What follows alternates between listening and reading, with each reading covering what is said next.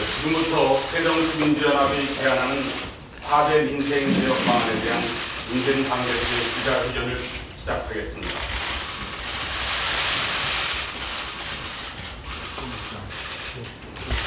존경하는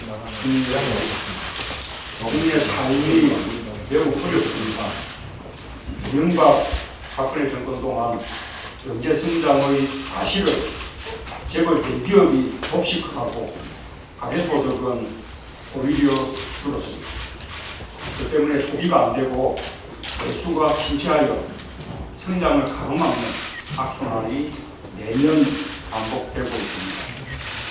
침체된 내수 경기를 살리려면 민생부터 살려야 하는데 정부가 내놓은 4대 개혁은 우선순위도 틀렸고 옳은 내용도 아닙니다. 제대로 된 민생 경제 대책이 없습니다. 정말 국민들에게 절실하고 민생 경제를 살리는 진짜 4대 개혁은 주거 개혁, 중소기업 개혁, 자글 개혁, 노동 개혁입니다. 국민 여러분, 치솟는 전세가격으로 주거 난민이 폭출하고 있습니다. 전국 아파트 평균 전세 가격이 무려 73%입니다. 월세 전환도 급속하게 진행되고 있습니다. 은행 금리보다 훨씬 높은 월세는 세입자들에게 큰 고통입니다. 전월세 대란의 원인은 보편적 주거복지를 공약했던 박근혜 정부의 공약 파기 때문입니다. 게다가 그동안 정부가 발표한 주거 대책에 850만 무주택 가구를 위한 대책은 없었습니다. 전세 수요를 매매 수요로 전환시키는 것이 아니라면 임대에서 집사라는 엉뚱한 대책을 내놓았습니다. 그러나 매매 활성화 정책은 가계부채를 급속하게 악화시키는 한편 전월세 가격을 천정부지로 치솟게 만드는 부작용으로 나왔습니다. 전월세 피크제로 서민의 주거 안정을 이뤄내는 것보다 더 절실한 민생 대책은 없습니다. 피크제가 필요한 것은 임금이 아니라 전월세 가격입니다. 전월세 피크제로 주거 부담을 해소해야 합니다. 외국에서는 이미 하고 있는 제도입니다.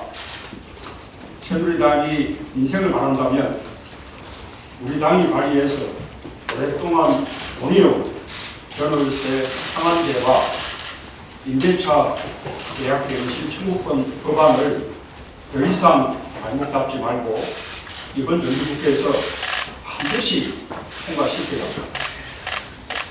지자체별로 적정 임대료를 산정하는 표준 임대료 제도의 도입을 하게야 합니다.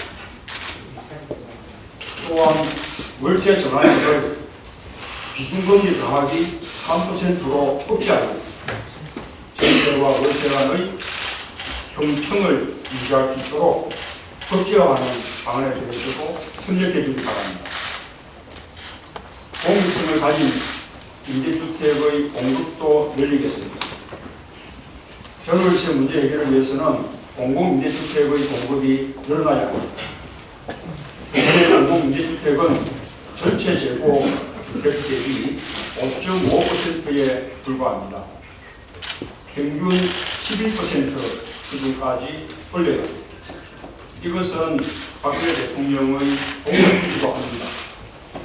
그 목표 실현을 위한 연차 계획을 세우고 이에 필요한 예산을 반영해야 합니다. 공공임대주택의 공급 확대를 위해 정부와 지자체 간의 협의도 법제화할 필요가 있습니다. 국민 여러분, 성장도 일자리도 소득 경제도 이제 중소기업입니다. 전체 기업의 99%인 중소기업이 고용의 88%를 차지하고 있습니다. 중소기업이 일자리의 중심입니다. 가계소득의 중심입니다. 중소기업에서 중견기업으로, 중견기업에서 대기업으로 성장할 수 있는 공생의 산업 생태계와 성장 사다리가 무너졌습니다. 중소기업을 우리 경제의 중심에 놓는 개혁 없이는 지속 가능한 성장도 인생도 불가능합니다. 첫째, 중소기업, 중소상인의 업종을 지키겠습니다. 재벌 대기업의 무차별 사업 확장을 막겠습니다. 현행 중소기업 적합업종 제도는 실효성에 한계가 많습니다. 우리 당이 이미 발의한 중소기업, 중소상인 적합업종 특별법과 대중소기업 상생협력 주식법 개정안을 이번 정기국회에서 통과시켜 중소기업 적합업종 제도를 실효성 있게 법제화합시다. 둘째, 중소상인의 골목 상권을 지키겠습니다. 재벌 대기업의 복합 쇼핑몰로 인한 영세상인들의 피해를 더 이상 할 수 없습니다. 상업지역 내면 만 제곱미터를 초과하는 대규모 점포를 건축할 수 없도록 제도화하겠습니다. 시도지사가 필요하다고 인정할 경우에만 제한적으로 허용하되 지역상인과 지방의회의 동의를 받도록 하겠습니다. 셋째, 중소기업의 해외 직판을 뺐습니다. 중소기업진흥공단에 해외 직판 지원 센터를 설치하여 중소기업 해외 직판을 종합적으로 지원하도록 하겠습니다. 해외 직판을 하는 중소기업에 대한 조세 감면, 자금 및 인력 지원을 하겠습니다. 해외 직판 관련 분쟁을 신속히 조정하기 위해 중소기업 성장 소속의 해외 직판 분쟁조정위원회를 설치하겠습니다. 이를 위해 우리 당에서 발의한 중소기업의 해외 직접 판매 지원을 위한 법률 등을 이번 정기국회에서 처리하겠습니다. 넷째, 중소기업의 기술을 지키겠습니다. 기술을 뺏는 것은 기업의 목숨을 뺏는 것과 마찬가지입니다. 현행 하도급법에 대기업이 하도급체의 기술을 이용할 경우 기획의 최대 3배를 예상하도록 되어 있지만 대기업이 원가와 기술 공개를 요구하는 불합리한 관행은 여전합니다. 대기업과 중소기업 간의 원합청 거래에서는 원가 구조와 기술에 대한 공개 요구를 원칙적으로 금하겠습니다. 기술 유출에 따른 손해배상액도 5배로 강화하겠습니다. 징벌적 손해배상 적용 범위를 대폭 확대해 대기업의 중소기업에 대한 횡포를 근절하겠습니다. 다섯째, 중소기업 간 협력을 지원하겠습니다. 작은 기업들도 모이면 세계적 기업이 될 수 있습니다. 이탈리아의 네트워크 계약법처럼 중소기업들이 서로 협력해 국내외 시장을 함께 개척할 수 있도록 제도적 지원 방안을 마련하겠습니다. 국민 여러분, 어려운 눈물이 멈추지 않고 있습니다. 2013년 한 우유업체의 소위 갑질은 많은 사람들에게 커다란 충격을 안겨줬습니다.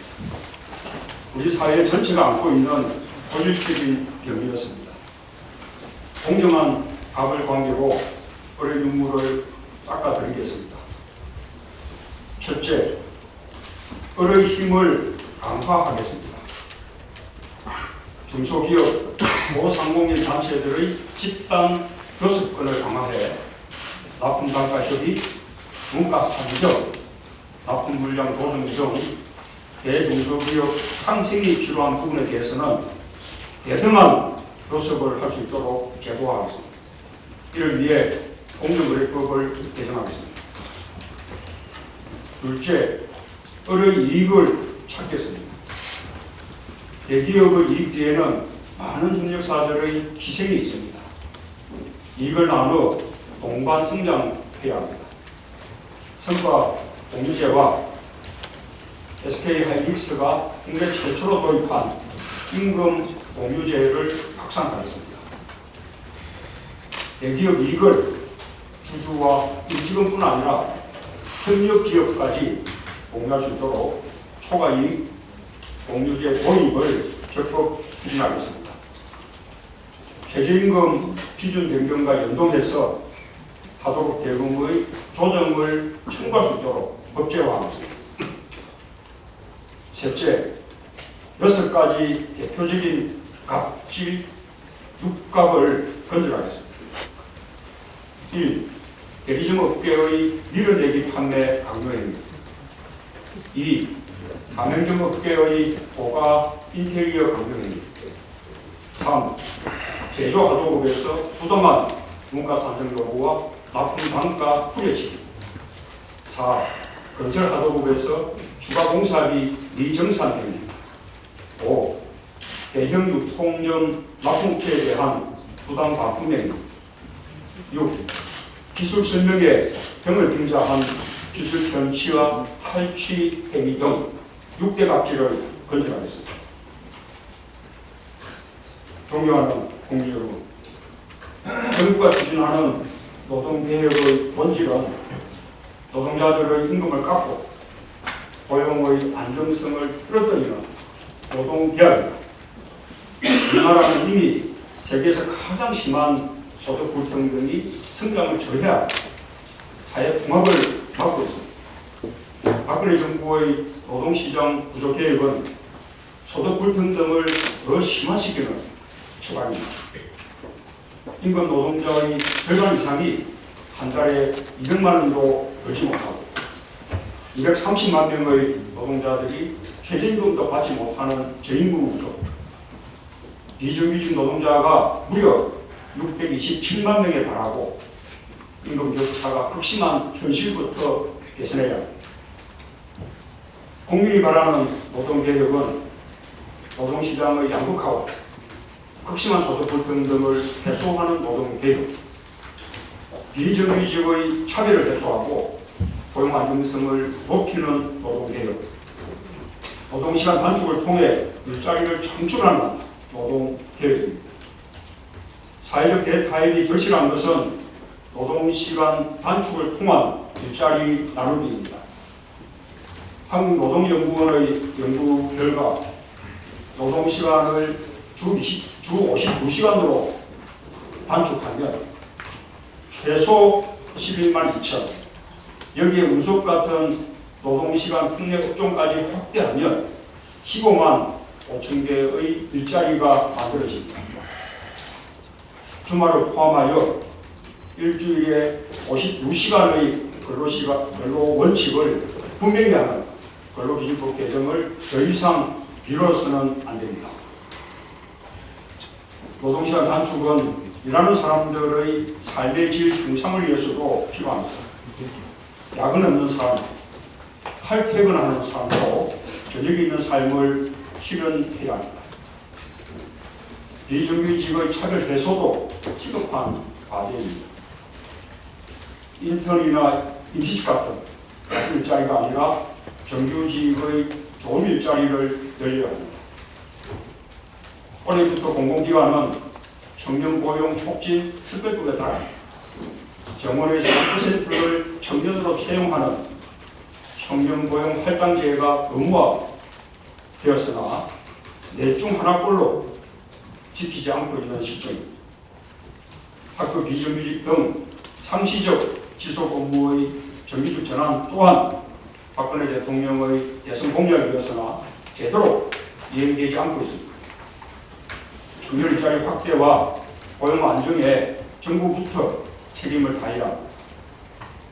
재벌 대기업도 사회적 책임과 역할을 다해야 합니다. 사내 유보금을 청년 고용에 투자해 일자리를 늘려야 합니다. 인턴의 정규직 전환 등 비정규직 노동자의 정규직화에 투입해야 합니다. 이를 위해 청년 채용 할당제를 민간 대기업에도 확대 적용해 300명 이상의 대기업인 경우에는 전체 고용자 가운데 3% 이상을 청년들로 채우도록 공모해야 합니다. 우리 당이 내놓은 사내유보금 과세보다는 사내유보금을 청년 일자리 만들기에 사용하도록 유도하는 좋은 방안이 될 것입니다. 청년들에 대한 안전망도 확충해야 합니다. 고용보험법 개정으로 청년 구직 촉진수당을 신설합니다. 일정 기간 취업준비생들의 기본적인 생활 수준을 보장해야 합니다. 청년 구직 촉진수당은 활발한 구직 노력을 전제로 일정 기간 동안 구직 활동과 직업 훈련에 전념할 수 있게 하는 제도입니다. 또한 취업에 소요되는 학원비나 교재비 등 취업 준비 자금을 대학생 학자금 대출처럼 대출해주고 취업이 되면 상환하도록 하는 제도도 강구하면 좋을 것입니다. 노동개혁은 노동자들의 일방적인 양보와 희생이 아니라 청년자리 창출과 국민의 삶의 질 개선, 지속가능한 경제발전을 위한 노사정 경제주체 모두의 사회적 연대가 되어야 할 것입니다. 존경하는 국민 여러분, 정부의 사회개혁안은 민생경제를 살리는 대책이 아닙니다. 이명박 박근혜 정부의 경제 실패를 그대로 되풀이하는 것입니다. 우리 당의 사회개혁안은 이번 정기국회 또는 19대 국회 남은 임기 동안 반드시 해결할 중점 과제 중 4대 개혁에 해당하는 내용을 우선 제안하는 것입니다. 정부의 정책 전환과 여당의 협력을 촉구합니다. 지난번 발표한 청년 경제와 오늘 우리 당 4대 개혁에 대한 우리 당의 제안에 동의하고 협조한다면 정부 여당과 함께 국민이 바라는 민생경제 살리기를 하게할 수 있을 것입니다. 저와 우리 당은 경제 민생 현안 해결을 위해 정기국회와 19대 국회 남은 임기 동안 관련한 입법과 예산에 집중하고 정부 여당과의 협조를 이끌어내겠습니다. 감사합니다. 오늘 기자회견 내용과 관련해서 질문이 있으면 해주시기 바랍니다. 질문은 오늘 기자회견 내용에 한정해서 해주시기 바랍니다.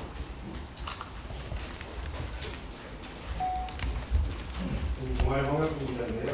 오늘 민생 기자회견을 위한 교과서가 나라는 아예 정보를 드리고요. 앞으로 교과서 수행은 비중을 줄이고 각사 진행에 집단이 되는 방식으로 가능하다는 예, 여러 번 말씀드렸죠. 우리가 국정교과서 제주책 그리고 또 경제위기 살리기 두 트랙으로 변경해 나가겠다 말씀드렸습니다.